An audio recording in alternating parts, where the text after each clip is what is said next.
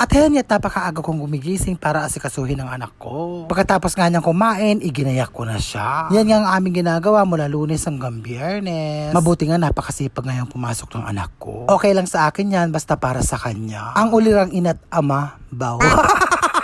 So ayan, papasok na ang anak ko. Napakaaga nga niyang pumapasok, ayaw niya kasing nalilate. Di ba dapat ganyan naman talaga? Para hindi niya kalakihan yung katamaran. Hanggat bata, train ko siya sa mga ganyan. Naku po, pultak-pultak pa ang polvo ng anak ko, nakakaloka.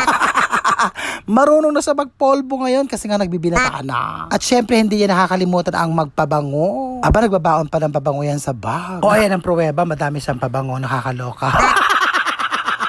At ayun na nga at ako naman ang gumayak. Aba, pagdating ko nga sa labasan, aba, hindi nakago. Abay, maghihintay ako ng napakatagal, nakakaloka. Tsaga-tsaga lang talaga para hindi masira ang araw. Charot.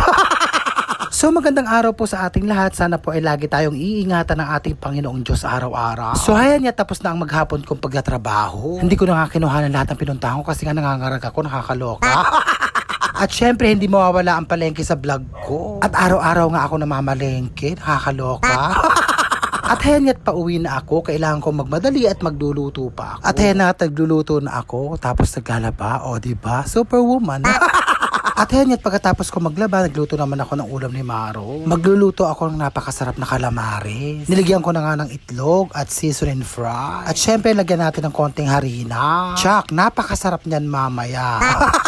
So ayan nga't alas 4 na kailangan ko nang lumabas para sunduin ang anak ko. Sinasalubong ko nga siya kasi nga hirap siyang tumawid. At habang hinahantay ko nga si Maron, binidyo ko muna yung mga yan. Napakainit ang hirap ng trabaho nila, nakakaloka. Kaya mag-aral kayo mabuti, yung mga estudyante dyan, para hindi kayo mag-construction worker.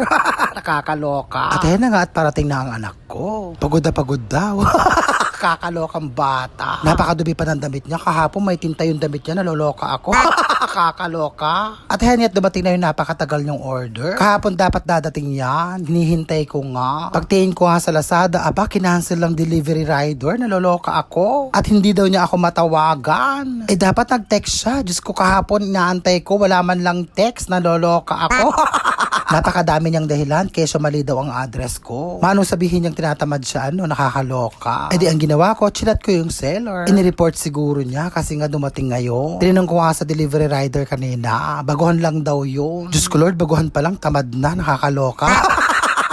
So ayan nga yung order ng anak ko. Pinag-ipunan niya yan para mabili lang niya. Masarap nga daw kasi, nakakalokang bata o enjoy na enjoy sa pagkain. Napakasarap daw. Kakalokang bata. Abay, tinikman ko nga. Abay, masarap nga.